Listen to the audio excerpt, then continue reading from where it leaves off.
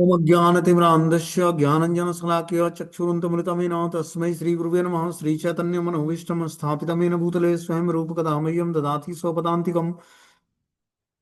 वन्देऽहं श्रीगुरुः श्रीयुतपदकमलं श्रीगुरून् वैष्णवाचं श्रीरूपं साग्रजातं सागण रघुनाथान्वितं तं सजीवं साद्वैतं सावधूतं परिजनसहितं कृष्णचैतन्यदेवं श्रीराधाकृष्णपादान् सागणललिता श्रीविशाखान्विताश्च नित्यानन्दं नमस्तुभ्यं प्रेमानन्दप्रदायते कलौकल्मस्य नाशाय जानवीपतये नमः।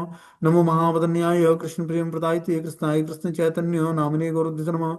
अनर्पित चरिचिरात करुणावतीर्णौ समर्पित उन्नत उज्ज्वल स्वभक्ति श्रियम हरिपुरुट सुंदर गुत्कदम्ब संदीपितम सदा हृदय कंदरे स्फुटवा सुचिनंदनम संसार दुःख जलदोपत्यस्य काम क्रोधादीन क्रम करे कवलीकृतस्य दुर्वासना निगडितस्य निराश्रयस्य चैतन्य चंद्रमं देहि पदावलंबम चैतन्य चंद्रमं हृदि कुंदम विकास्यम हृदयं विदेहि निज चिंतन भृंगरंगे किंचापराधिवरन विटुबुदूयं पादामृतम सदा पायत दुर्गतम माम आजानुलंबित भुजो कनकावदातो संकीर्तने पितरो कमलायताक्षो विश्वम्बरो द्विपरो युगो धर्मपालो वंदे जगत्प्रिय करो करुणावतारो नमस्ते काल सत्याय जगन्नाथाय सुताय च सभृत्याय सपुत्राय सकलत्राय ते नमः। अवतीर्णो साकरुण्यो परिचिन्नो सदीश्वर श्रीकृष्ण चैतन्य नित्यानंदो द्वय भ्रातरम भजे स जयतु विशुद्ध विक्रम कनकाभ्यम कमलायते क्षणम भर्जानुनम विलंबितम खडूज बहुधा भक्ति रसा विनर्तकम जयति जयतु देव कृष्ण चैतन्य चंद्रो जयति जयतु कीर्तितस्य नित्या पवित्रम जयति जयतु वृतस्य विश्वेशमूर्ति जयति जयतु नृत्यत्व स्वरूप प्रियाणम पंचतत्वात्मकं कृष्णं भक्तरूप स्वरूपकं भक्तावतारं भक्ताख्यं नमामि भक्तिशक्तिकं। हे कृष्ण करुणा सिंधु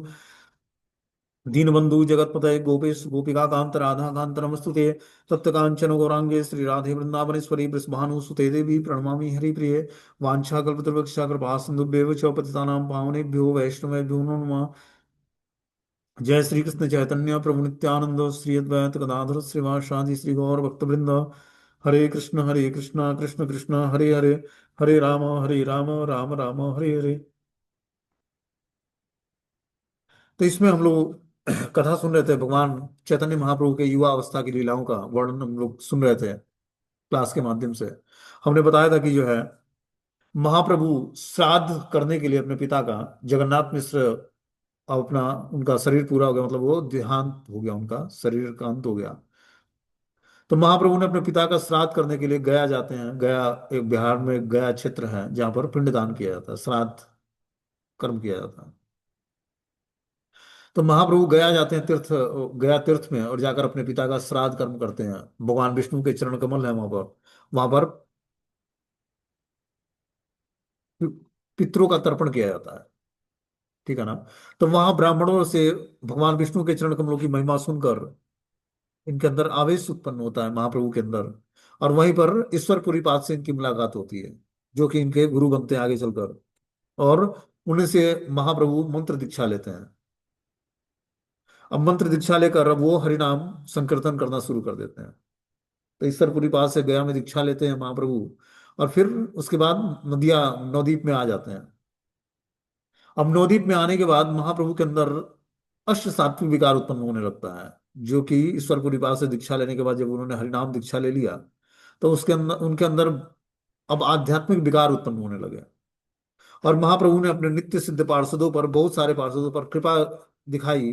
पहले उन्होंने कृपा किया श्रीवास पंडित को, श्रीवास पंडित को अपना चतुर्भुज रूप का दर्शन कराया। फिर अद्वैताचार्य को अपने दिव्य कृष्ण रूप का दर्शन कराया। फिर आगे श्रीवास पंडित के घर पर सबके ऊपर कृपा किया, और श्रीवास पंडित को बताया कि किस तरह तुम देवानंद पंडित के भागवतम क्लास से तुमको निकाल दिया गया था, और किस तरह तुम जो है अपने शुद्ध भक्ति के उस श्रीमद् भागवतम की कथा को सुनने के लिए तुम्हारे अंदर तीव्र वेदना उत्पन्न हुई। और तुम्हारे हृदय में मैंने किस तरह श्रीमद् भागवतम के सारे ज्ञान को कैसे हमने फिर से प्रकट कर दिया था, जिसके कारण तुम आनंदित हो गए थे। फिर गंगादास पंडित पर कृपा किया और श्रीधर पंडित पर कृपा किया।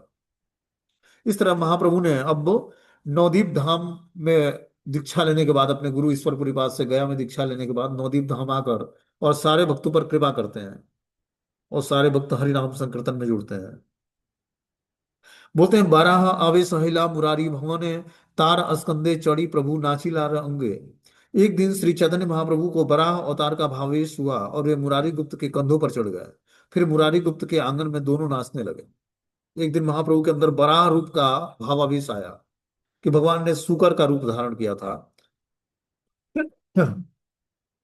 तो उसका आवेश आया तो मुरारी गुप्त के कंधों पर चढ़ गए भगवान, और मुरारी गुप्त के आंगन में दोनों नाचने लगे। बता रहे हैं कि एक दिन चैतन्य महाप्रभु चिल्लाने लगे, सूकर सूकर। इस तरह भगवान ने सूकर अवतार का आह्वान करते हुए उन्होंने सूकर अवतार का रूप धारण कर लिया और मुरारी गुप्त के कंधों पर चढ़ गए। वे एक छोटा सा गांडू टोटी और छोटा जल पात्र लिए हुए थे। उनको उन्होंने प्रतीत रूप से पृथ्वी को समुद्र के भीतर से पकड़कर ऊपर निकाल दिया था, क्योंकि यही भगवान बराह की लीला थी। तो इस प्रकार महाप्रभु ने उस दिन सूकर अवतार धारण किया, और सूकर अवतार धारण करके मुरारी गुप्त को दर्शन दिया और उनके कंधे पर चढ़ गए। ये अवतार भगवान का इसलिए होता कि उन्होंने क्या किया था, समुद्र के अंदर गोते लगाकर और पृथ्वी को जल पर फिर से स्थापित किया था। हिरणाक्ष नामक एक दैत्य था, उसने पृथ्वी को ले जाकर रसातल में छिपा दिया था। तो भगवान ने सूकर अवतार लिया और उस समुद्र में गोते लगाकर जाकर रसातल से पृथ्वी को ले आकर फिर से जल पर स्थापित किया था। तो भगवान ने वही सूकर अवतार जो है लेकर, और किसको, मुरारी गुप्त को दर्शन दिया सूकर अवतार का। बता रहे हैं कि तबे शुक्लांबरेर कैला तांडुल भक्षण हरे नाम श्लोकेर कैला अर्थ विवरण। इसके बाद महाप्रभु ने शुक्लांबर ब्रह्मचारी द्वारा दिया हुआ कच्चा चावल खाया और बृहद नारदी पुराण में उल्लिखित हरे नाम श्लोक का विस्तार से भावार्थ बतलाया। तो शुक्लांबर ब्रह्मचारी नामक एक नित्य सिद्ध पार्षद थे भगवान के, उनके वहां उन्होंने कच्चा चावल खाया और बृहद नारदी पुराण में जो हरि नाम श्लोक का भावार्थ दिया हुआ है उसका वर्णन करने लगे। क्या वर्णन किया? हरेर नाम हरेर नामेव केवलम कलौ नास्ते व नास्ते व नास्ते व गतिरन्यथा। कि इस कलयुग में आत्म साक्षात्कार के लिए भगवान के पवित्र नाम का कीर्तन, भगवान के पवित्र नाम का कीर्तन, भगवान के पवित्र नाम का कीर्तन के अतिरिक्त अन्य कोई उपाय नहीं है। अन्य कोई उपाय नहीं है, अन्य कोई उपाय नहीं है। कली काले नाम रूप कृष्ण अवतार नाम हेते हय सर्व जगत निस्तार। इस कलयुग में भगवान के पवित्र नाम अर्थात हरे कृष्ण महामंत्र भगवान कृष्ण का अवतार है। केवल पवित्र नाम के कीर्तन से ही मनुष्य भगवान की प्रत्यक्ष संगति कर सकता है। जो कोई भी ऐसा करता है उसे निश्चित रूप से उद्धार हो जाएगा। तो महाप्रभु उस आवेश में आकर शुक्लांबर ब्रह्मचारी के हाथ से जो कच्चा चावल खाया उससे आवेशित हो गए, और क्या हुआ, हरि नाम की महिमा बताने लगे कि मात्र इस कलयुग में पवित्र नाम का कीर्तन करने से ही भगवान इस कलयुग में हरे कृष्ण महामंत्र के द्वारा ही भगवान कृष्ण अवतरित हुए हैं इस कलयुग में। और केवल पवित्र नाम कीर्तन से ही मनुष्य भगवान की प्रत्यक्ष संगति कर सकता है। जो कोई भी ऐसा करेगा वो निश्चित रूप से उसका उद्धार हो जाएगा। इस श्लोक में बल देने के लिए यू शब्द को 3 बार दोहराया गया है। इसमें हरे नाम भी 3 बार दोहराया गया है, जिससे सामान्य लोग इसे समझ सकें।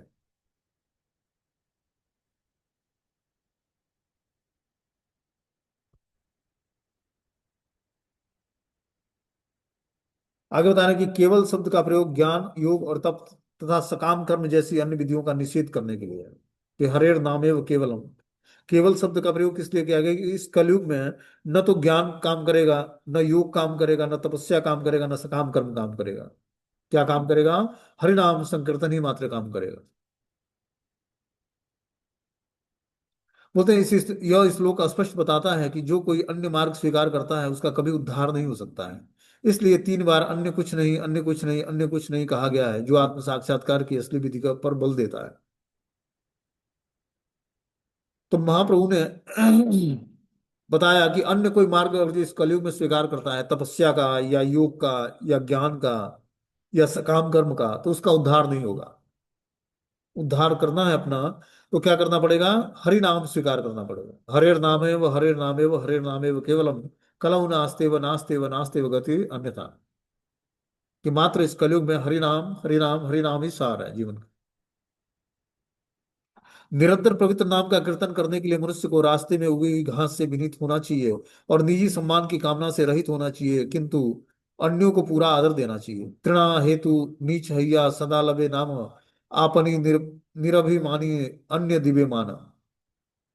बोलते हैं निरंतर अगर जो हमें हरि नाम संकीर्तन करना है तो घास से भी ज्यादा विनम्र बनना पड़ेगा। घास क्या करता है, अगर जो कोई पैर रखता है उस पर तो वो दब जाता है, और फिर वो व्यक्ति पैर हटा लेता है तो फिर से खड़ा हो जाता है, लेकिन वो ऑब्जेक्शन नहीं करता है कि आपने हमारे ऊपर पैर कैसे रखा। तो हरि नाम जप करने की क्वालिफिकेशन यही है कि व्यक्ति जब घास से भी ज्यादा विनम्र हो जाएगा तब वो निरंतर भगवान का पवित्र नाम का जप कर पाएगा। और तृणादपि सुनिचे न तरुरपि सहिष्णुना अमान्यना मानदेन कीर्तनीय सदाहरि, कि निरंतर भगवान के पवित्र नाम का कीर्तन करने के लिए उसको तृण से भी ज्यादा विनम्र और वृक्ष से भी ज्यादा सहिष्णु बनना पड़ेगा, सहनशील बनना पड़ेगा, सहने की क्षमता जागृत करनी पड़ेगी। वृक्ष क्या होता है? जब तक हरा भरा रहता है तो वो दूसरे को छाया प्रदान करता है, फल फूल प्रदान करता है। और जब उसको काट दिया जाता है तब भी वो दूसरे के काम आता है। तो ऐसी स्थिति मनुष्य को भी प्राप्त करेगा, तब जाकर उसको हरिनाम संकीर्तन की योग्यता प्राप्त होगी। कि उसके अंदर ये भावना हो कि दूसरे को सुख प्रदान करना है, दूसरे के द्वारा दिए हुए विपत्ति को, कष्टों को सहन करते हुए दूसरे को सुख प्रदान करें, अपने मान और अपमान की इच्छा न करते हुए दूसरे को रिस्पेक्ट प्रदान करें। तब उस पर भगवान प्रसन्न होंगे और वो हरिनाम संकीर्तन की योग्यता उसके अंदर आएगी। देखो कितना मुश्किल कार्य है। एक व्यक्ति रिस्पेक्ट ना करे किसी का तो क्या करता है? उससे रूठ जाता है कि हमारा रिस्पेक्ट नहीं हुआ, हम गए थे यहाँ पर, हमें लोगों ने पूछा नहीं। तो ऐसा व्यक्ति कहाँ से नाम जप कर पाएगा? व्यक्ति के अंदर रिस्पेक्ट की भी भावना, दूसरे को रिस्पेक्ट देना है लेकिन अपने रिस्पेक्ट की कामना नहीं करना है, ये क्वालिफिकेशन है हरिनाम जप करने की।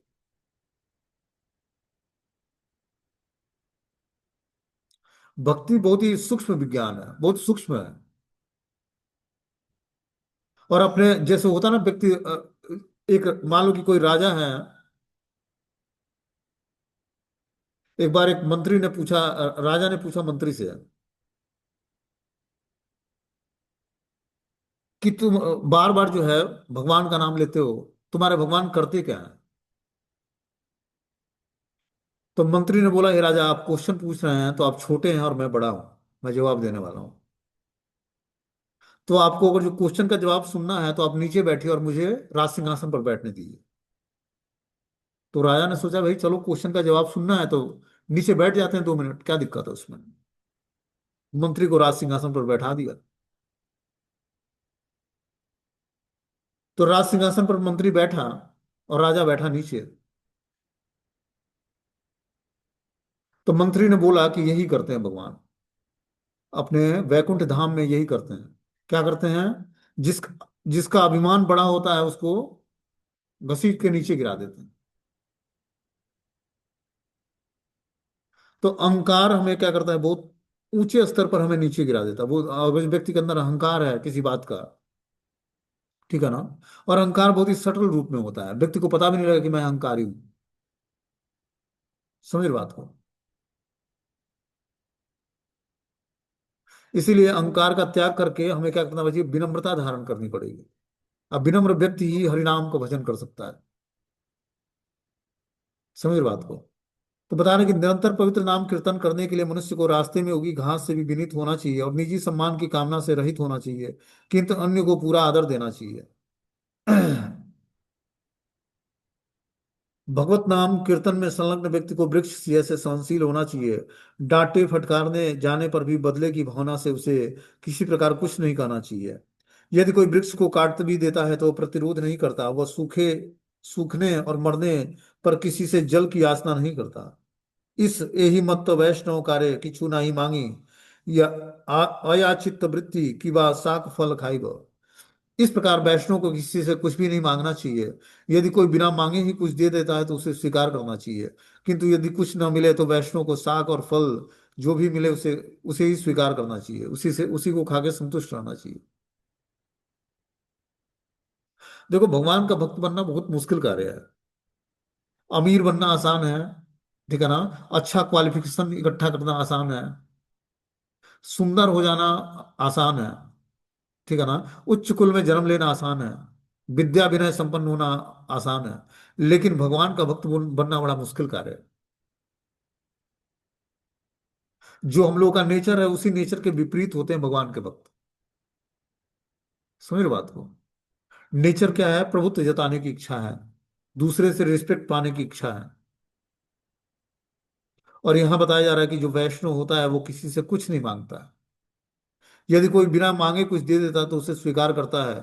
यदि कुछ ना मिले तो वैष्णव को शाक और फल जो भी मिले उसे ही खाकर संतुष्ट रहना चाहिए, लेकिन दूसरे से कुछ इच्छा नहीं करनी चाहिए। और ये क्वालिफिकेशन तभी अपने अंदर आएगा जब हम भगवान की भक्ति अच्छे तरीके से करेंगे, तब जाकर भगवान हमें सेटिस्फेक्शन प्रदान करेंगे।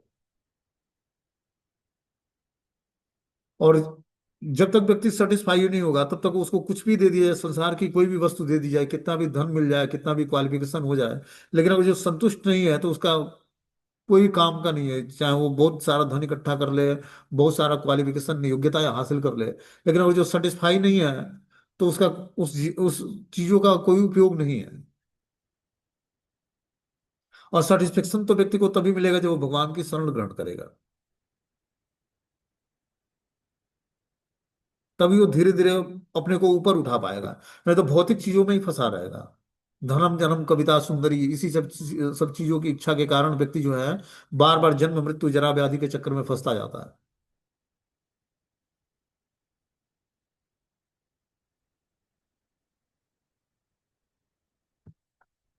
आगे बता रहा है कि मैं अपने हाथ ऊपर उठाकर घोषित कर रहा हूं कि कृपया हर कोई मुझे मुझे सुने।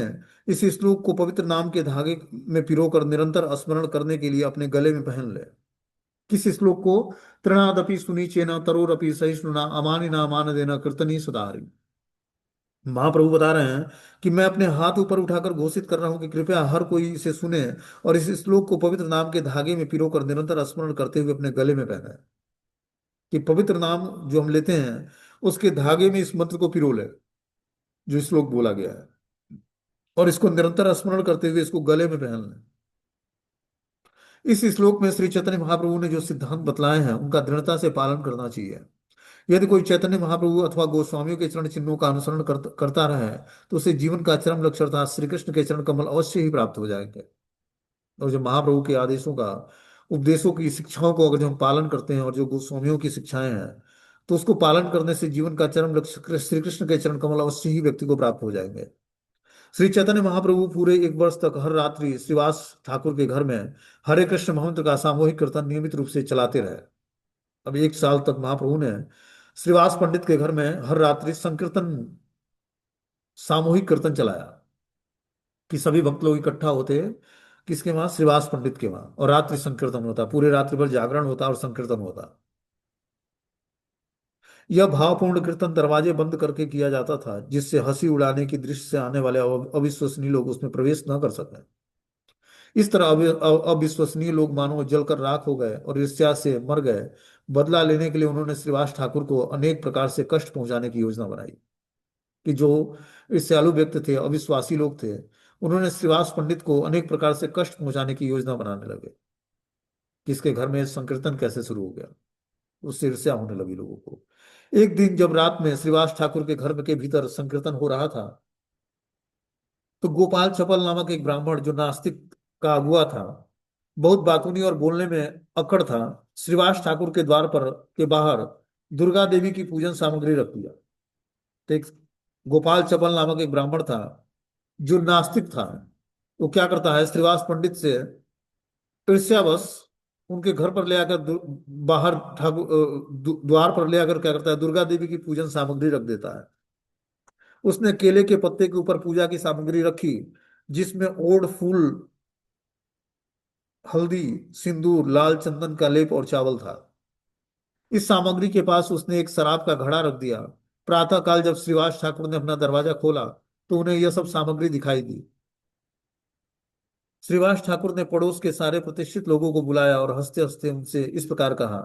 क्या कहा? नित्य रात्रे करी आमी भवानी पूजन, अमार महिमा देख ब्राह्मण सज्जन। हे महाशय, मैं हर रात देवी भवानी की पूजा करता हूँ। क्योंकि पूजा की सारी सामग्री यहाँ पर उपस्थित है, अतएव समस्त आदरणीय ब्राह्मणों तथा उच्च जाति के सदस्य आप मेरी स्थिति को समझ सकते हैं।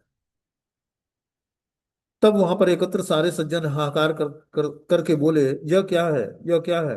किसने यह बदमाशी की है? वो पापी कौन है? उन्होंने एक झाड़ू लगाने वाली को बुलाया, जिसने सारी पूजा सामग्री दूर फेंकी और उस स्थान को जल तथा गोबर से लीप कर शुद्ध किया।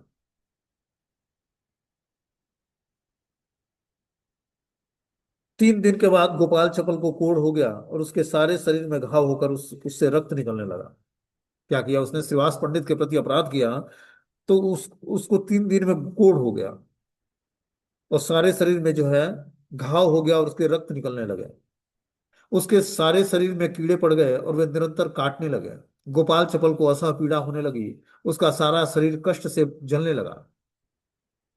चूंकि कोढ़ छूत का रोग है, इसलिए गोपाल चपल गांव छोड़कर गंगा नदी के किनारे एक वृक्ष के नीचे जा बैठा। एक दिन उसने चैतन्य महाप्रभु को उधर से जाते देखा, तो उनसे वह इस प्रकार बोला। अभी गोपाल चपल ने श्रीवास पंडित के प्रति अपराध किया था, तो उसके शरीर में कोढ़ हो जाता है। और जाकर वो अपने गांव से बाहर निकलकर एक वृक्ष के नीचे गंगा तट पर बैठा हुआ था और देखता है कि चैतन्य महाप्रभु उधर से जा रहे हैं। तो उसने बोला, क्या बोला? कि ग्राम संबंधे अमी तुम्हारा मातुल, भागिना मुझ कुष्ठ व्याधि ते हाय इच्छ व्याकुल। हे भांजे, मैं गांव के नाते आपका मामा लगता हूँ। देखो ना, इस कुष्ठ रोग के आक्रमण ने मुझे किस तरह पीड़ित कर रखा है। आप ईश्वर के अवतार हैं और अनेक पतित आत्माओं का उद्धार कर रहे हैं। मैं भी अत्यंत दुखी पतित आत्मा हूँ, कृपया करके मेरा भी उद्धार कीजिए। किस तरह से महाप्रभु से उद्धार के लिए कृपा की याचना करता है गोपाल चपल। यह सुनकर चैतन्य महाप्रभु अत्यधिक क्रोधित प्रतीत हुए और उसी क्रोधावेश में उन्होंने उसे कुछ प्रताड़ना भरे शब्द कहे। तो महाप्रभु तो जानते थे कि इसने हमारे भक्त के प्रति अपराध किया है, इस कारण से इसको कुष्ठ रोग हुआ है। चैतन्य महाप्रभु ने बहुत ही क्रोधित होकर क्रोधावेश में उसको प्रताड़ित भरे शब्द बोलने लगे। बोलते हैं, अरे पापी, शुद्ध भक्तों से द्वेष करने वाले, मैं तुम्हारा उद्धार नहीं करूंगा। मैं चाहता हूं कि तुम इसी तरह करोड़ों वर्षों तक इस कीड़ों के काटे जाते रहो। तो भगवान चैतन्य महाप्रभु पापियों का तो उद्धार कर देते हैं, लेकिन जो ईर्ष्यालु है, भक्तों के प्रति अपराध करता है, उसके उसके प्रति महाप्रभु की कृपा नहीं होती है। बोलते हैं, हे पापी, शुद्ध भक्तों से द्वेष करने वाले, मैं तुम्हारा उद्धार नहीं करूंगा। मैं चाहता हूं कि तुम इसी तरह करोड़ों वर्षों तक कीड़ों के द्वारा काटे जाते रहो। तुमने कुछ ऐसा किया जिससे लगे कि श्रीवास ठाकुर देवी भवानी की पूजा करते हैं। केवल इसी अपराध के लिए तुम्हें करोड़ों जन्मों तक नारकी जीवन बिताना पड़ेगा।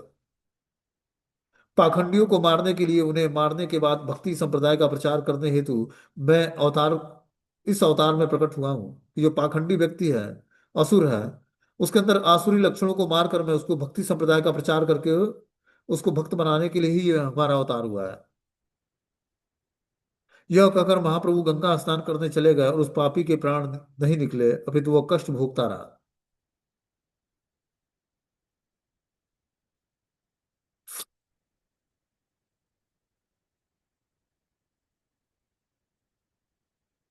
महाप्रभु ने कहा कि तुमने श्रीवास ठाकुर के चरण कमलों पर अपराध किया है, अतएव सबसे पहले तुम वहां जाओ और उनसे कृपा की याचना करो। तब यदि वे तुम्हें आशीर्वाद देते हैं, तो तुम फिर से ऐसे पाप नहीं करते हो, तो तुम इस पाप फलों से मुक्त कर दिए जाओगे।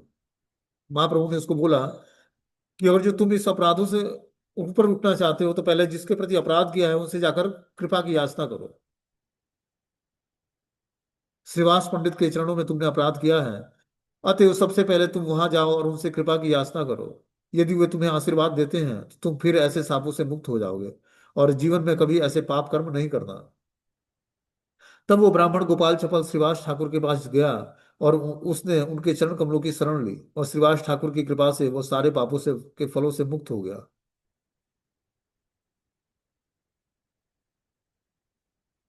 एक दूसरा ब्राह्मण कीर्तन देखने आया, किंतु दरवाजा बंद था, अतः वो भीतर नहीं जा सका। अब जो रात्रि संकीर्तन होता श्रीवास आंगन में, तो एक ब्राह्मण था। अब वो आता है संकीर्तन देखने के लिए, लेकिन दरवाजा बंद होता तो भीतर नहीं जा पाता है। वह दुखी मन से घर लौट गया, किंतु दूसरे दिन गंगा के तट पर वह महाप्रभु से मिला। तो उसने बोला कि वह ब्राह्मण कटुभाषी था और दूसरे को श्राप देने में पटु था। उसने अपना जनेऊ तोड़ डाला और घोषित किया कि अब मैं तुम्हें श्राप दूंगा, क्योंकि तुम्हारा व्यवहार से मुझे घोर कष्ट हुआ है। उस ब्राह्मण ने महाप्रभु को श्राप दिया कि तुम सारे भौतिक सुखों से वंचित हो जाओ। तब महाप्रभु ने इसे सुना, तो उन्हें मन ही मन अधिक हर्ष हुआ। तो एक ब्राह्मण था नवद्वीप में, वो संकीर्तन में अंदर नहीं जा पाया, दरवाजा बंद था और भीतर नहीं जा पाया। इस कारण से बहुत दुखी हुआ और अगले दिन जो है गंगा तट पर महाप्रभु से मिलता है। तो महाप्रभु को श्राप देने लगता है। क्या श्राप देता है? कि आप भौतिक सुखों से वंचित हो जाइए। जब महाप्रभु ने इसे सुना तो वो मन ही मन बहुत ही प्रसन्न हुए। जो कोई भी श्रद्धावान व्यक्ति उस ब्राह्मण द्वारा महाप्रभु के श्राप देने की बात को सुनता है वह समस्त ब्रह्म श्रापों से छूट जाता है। ये जो घटना हुई इसका जो श्रद्धा पूर्वक श्रवण करेगा वो समस्त ब्रह्म श्रापों से छूट जाएगा, कि कोई ब्राह्मण उसको श्राप दिया हो तो ब्राह्मण के श्रापों से छूट जाएगा। वो तो मनुष्य को यह भली बात समझ लेना चाहिए कि दिव्य होने के कारण भगवान को कोई श्राप या वरदान लागू नहीं होता है। भगवान पूर्ण रूपेण एब्सोल्यूट सत्यता के प्लेटफॉर्म पर है, तो भगवान पर कोई श्राप और वरदान लागू नहीं होता है। केवल सामान्य व्यक्ति ही श्राप और यमराज के दंड से प्रभावित होते हैं। पूर्ण पुरुषोत्तम भगवान होने के कारण चैतन्य महाप्रभु श्राप तथा वरदान से परे है। जो कोई इस तथ्य को श्रद्धा और प्रेम पूर्वक समझ लेता है वह सारे ब्रह्म श्रापों से किसी दूसरे द्वारा दिए गए श्रापों से मुक्त हो जाता है। श्री चैतन्य महाप्रभु ने मुकुंद दत्त को प्रसाद रूप में दंड दिया और इस तरह उसके सारे मानसिक अवसाद को दूर कर दिया। अब मुकुंद दत्त पर भगवान चैतन्य महाप्रभु की विशेष कृपा हुई और उनको प्रसाद रूप में दंड भगवान ने दिया और उनके सारे मानसिक अवसाद को दूर कर दिया।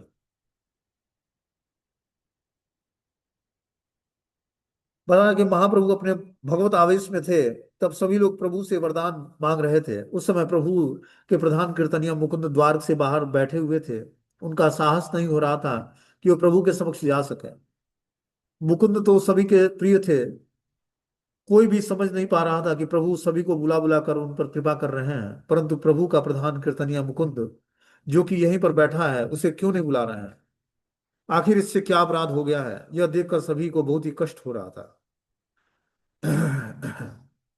कुछ क्षण पश्चात श्रीवास पंडित ने साहस करके प्रभु से पूछ लिया, हे प्रभु, हे जगत के नाथ, मुकुंद ने ऐसा क्या अपराध किया है जो आपने सब पर तो कृपा की परंतु मुकुंद पर कृपा नहीं की।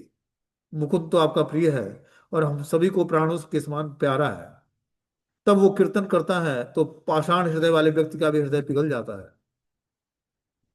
यदि इससे कुछ अपराध भी हो गया है तो आप कृपा करके इसे दंड दीजिए, परंतु इस प्रकार अपने सेवक को अपने से दूर मत कीजिए। अतः आप इसे क्षमा करके अपने आप बुलाइए। यदि आप नहीं बुलाएंगे तो यह आपके सम्मुख नहीं आएगा। यह सुनकर प्रभु कुछ रोष पूर्वक कहने लगे, हे श्रीवास, आप लोग फिर से ऐसी बात मत कहना। इसके लिए मेरे पास प्रार्थना भी मत करना। यह खड़जाटिया है, अर्थात यह जहां जाता है वहां वैसा ही बन जाता है। जब ये यहाँ पर रहता है अर्थात वैष्णव मंडली में रहता है तो दांतों में तृण धारण करता है और अपनी दीनता प्रकाशित करता है। अपने को मेरा कंचन दीनहीन सेवक मानता है, परंतु जब मायावादियों की मंडली में जाता है तो वहां जाकर मेरे स्वरूप को नहीं मानता है। मुझे निराकार निर्विशेषवादी इत्यादि कहकर भक्ति को अनित्य मानकर मेरे शरीर पर लाठी से प्रहार करता है। इस प्रकार इसका भक्ति देवी के श्री चरणों में अपराध हुआ है, इसलिए इस पर मेरी कृपा संभव नहीं है। कि ये जिस मंडली में जाता है उसी मंडली का हो जाता है। जब वैष्णव के मंडली में होता है तो दांतों में तृण दबाकर और दीनता प्रकाशित करता है, और जब मायावादियों की मंडली में जाता है तो मुझे निर्विशेषवादी और निराकार कहकर और मुझे उसी स्वरूप की पूजा करता है। इसलिए इसने भक्ति देवी के चरणों में अपराध किया है, इसलिए मैंने इस पर कृपा नहीं की है। मुकुंद बाहर से ही यह सब सुन रहा था। वे विचार करने लगे कि बहुत समय पहले कुसंग के प्रभाव के कारण मैंने भक्ति की श्रेष्ठता स्वीकार नहीं की थी। अंतर्यामी प्रभु इसे जानते हैं, इसलिए अब जब कि मुझ पर उनकी कृपा नहीं होगी तो इस पापी शरीर को ढोने से क्या लाभ होगा जो प्रभु की सेवा में न लग सके। इसलिए मैं आज ही इस अपराधी शरीर को छोड़ दूंगा। ऐसा विचार करके श्रीवास पंडित से बोला, हे श्रीवास जी, आप मेरी ओर से कृपा करके प्रभु से पूछिए कि क्या कभी वे मुझे दर्शन देंगे। ऐसा कहकर मुकुंद फूट फूट कर रोने लगा। उन्हें रोता देखकर वैष्णव का हृदय भी टुकड़े टुकड़े हो गए और वे भी क्रंदन करने लगे। श्रीवास पंडित ने प्रभु से बोला, हे प्रभु, मुकुंद पूछ रहा है क्या आप उस पर भी कृपा करेंगे। प्रभु ने बोला, 1 करोड़ जन्मों के बाद मैं उस पर कृपा करूंगा, अर्थात वो मेरा दर्शन कर पाएगा।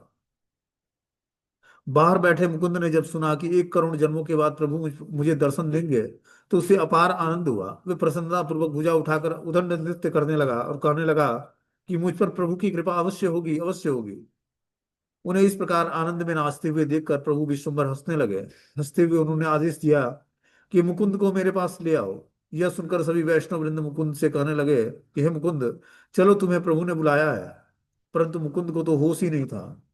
वे आनंद के मारे नाचे ही जा रहा था। तब प्रभु स्वयं ही बोले, हे मुकुंद, तुम्हारे अपराध नष्ट हो गए हैं। अब तुम मेरे निकट आकर मेरा दर्शन करो।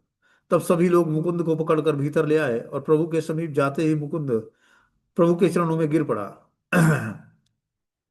प्रभु बोले, मुकुंद उठो, तुम मेरा दर्शन करो। अब तुम्हारा अपराध नहीं रहा है। संग दोष के कारण ही तुम्हारा अपराध हुआ था, परंतु अब तुम्हारा वह असत्संग दोष नष्ट हो गया है।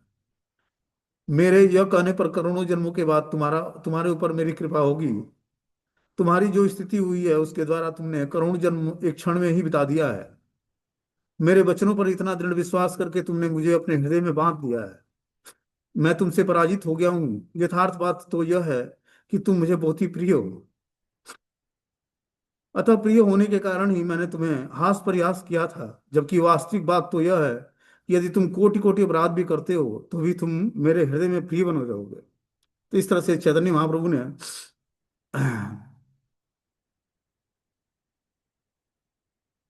मुकुंद दत्त पर कृपा किया। प्रभु की सांत्वना और स्नेहपूर्ण बातों को सुनकर मुकुंद रोते रोते अपने को धिक्कारते हुए कहने लगा, हे प्रभु, मैंने अपने इसी पापी मुख से भक्ति की नित्यता को अस्वीकार किया है। अतः जैसा भक्ति रहित व्यक्ति आपके मनोहर रूप का दर्शन करके भी क्या सुख प्राप्त कर सकता है? कदापि नहीं। जैसे दुर्योधन ने आपके विश्व रूप का दर्शन किया, जिसे दर्शन करने के लिए बड़े बड़े ऋषि मुनि और स्वयं वेद भी इच्छा करते हैं, परंतु भक्ति रहित होने के कारण ऐसे दुर्लभ विश्व रूप का दर्शन करने पर भी उसे आनंद की प्राप्ति नहीं हुई, बल्कि आपसे द्वेष करने के कारण वह सबंश नष्ट हो गया।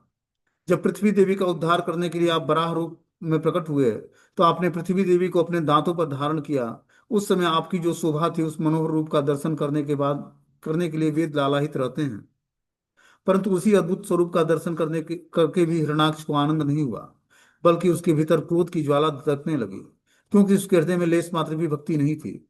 इसी प्रकार एक और जहाँ कुब्जा, यज्ञ पत्नियां, क्रूर आदि सभी लोग आपका दर्शन पाकर धन्य हो गए, वहीं दूसरे ओर कंस, जरासंध आदि राजा आपका दर्शन करके द्वेष भाव के कारण अपना सर्वनाश को प्राप्त हुए। उसी प्रकार मैं भी भक्ति रहित होने के कारण आपके स्वरूप का कैसे दर्शन कर सकता हूँ? ऐसा कहकर मुकुंद दोनों भुजा उठाकर हा गौर सुंदर कहकर आर्तनाद करने लगा। उसे इस प्रकार व्याकुलता पूर्वक खेद करते हुए देखकर प्रभु कहने लगे, हे मुकुंद, तुम मुझे बहुत ही प्रिय हो। तुम जहां भी कीर्तन करोगे मैं वहीं पर अवतरित हो जाऊंगा। तुमने जितनी बार कही है वे सब सत्य कही है। भक्ति के बिना मुझे कोई भी नहीं देख सकता है। जिसका तन मन वचन सब कुछ मुझ में अर्पित है, केवल वे ही मेरा दर्शन कर सकता है। तुम मेरे ही तुम मेरे ऐसे ही भक्त हो। मैं तुम्हें आशीर्वाद देता हूँ कि तुम जिस प्रकार मुझे प्रिय हो, उसी प्रकार सभी वैष्णव के प्रिय बनोगे। इसके अतिरिक्त जहां जहां पर भी मेरा अवतार होगा, वहीं पर तुम मेरे कीर्तन में रहोगे। मुकुंद के प्रति प्रभु का वरदान सुनकर सभी वैष्णव वृंद हर्षपूर्वक जय जयकार करने लगे। इस प्रकार महाप्रभु ने, चैतन्य देव ने मुकुंद दत्त पर विशेष कृपा किया। ठीक है ना? महाप्रभु की कृपा सब पर होती है, बस वो उसके हृदय में भक्ति होनी चाहिए। ठीक है ना? बिना उनकी कृपा के हम लोग राधा कृष्ण की भक्ति को प्राप्त नहीं कर सकते हैं। स्वयं कृष्ण ही चैतन्य महाप्रभु के रूप में अवतार होते हैं। बता रहे हैं कि श्री चैतन्य महाप्रभु अद्वैत आचार्य को अपने गुरु के रूप में सम्मान देते थे, किंतु अद्वैत आचार्य उनके ऐसे व्यवहार से अत्यधिक दुखी थे। अब महाप्रभु ने मुकुंद दत्त को पर जो है कृपा करके अब चैतन्य महाप्रभु के बारे में अद्वैताचार्य को अपना गुरु के रूप में सम्मान देते थे, और अद्वैताचार्य उनके ऐसे व्यवहार से अत्यंत दुखी थे। अतः विनोद पूर्वक वे ज्ञान मार्ग की व्याख्या करने लगे, और महाप्रभु ने क्रोध में आकर ऊपरी तौर पर उनका अनादर किया। कि जब देखा कि महाप्रभु आ रहे हैं, तो उन्होंने अपने भक्तों के साथ